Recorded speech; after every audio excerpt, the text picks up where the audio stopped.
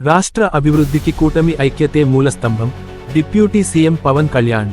అమరావతి రాష్ట్ర సమగ్రాభివృద్ధికి, సుపరిపాలనకు కూటమి ఐక్యతే బలమని ఉప ముఖ్యమంత్రి పవన్ కళ్యాణ్ స్పష్టం చేశారు.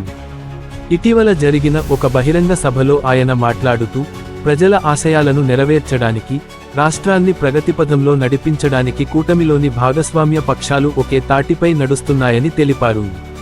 కూటమి ఐక్యతే మన బలం. అప్పుడే రాష్ట్రాభివృద్ధి సాధ్యం.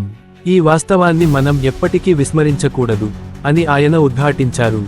ఆంధ్రప్రదేశ్ భవిష్యత్తు కోసం రూపొందించిన ప్రణాళికలను విజయవంతం చేయడంలో భాగస్వామ్య పక్షాల మధ్య సమన్వయం అత్యంత కీలకమని పవన్ కళ్యాణ్ అన్నారు. విద్య, వైద్యం, వ్యవసాయం, మౌలిక వసతుల కల్పన వంటి కీలక రంగాల్లో వేగవంతమైన పురోగతి సాధించడానికి ఈ ఐక్యత ఎంతగానో తోడ్పడుతుందని ఆయన వివరించారు. రాష్ట్ర ప్రజలకు మెరుగైన జీవితాన్ని అందించడమే కూటమి ప్రభుత్వ లక్ష్యమని, ఇందుకోసం అన్ని ప్రభుత్వ విభాగాలు, ప్రజా ప్రతినిధులు సమష్టిగా కృషి చేస్తారని ఆయన హామీ ఇచ్చారు. ఈ సానుకూల వాతావరణం రాష్ట్ర ఆర్థిక వ్యవస్థకు కొత్త ఊపిరి పోస్తుందని, పెట్టుబడులను ఆకర్షించి, ఉపాధి అవకాశాలను పెంచుతుందని పలువురు విశ్లేషకులు అభిప్రాయపడ్డారు.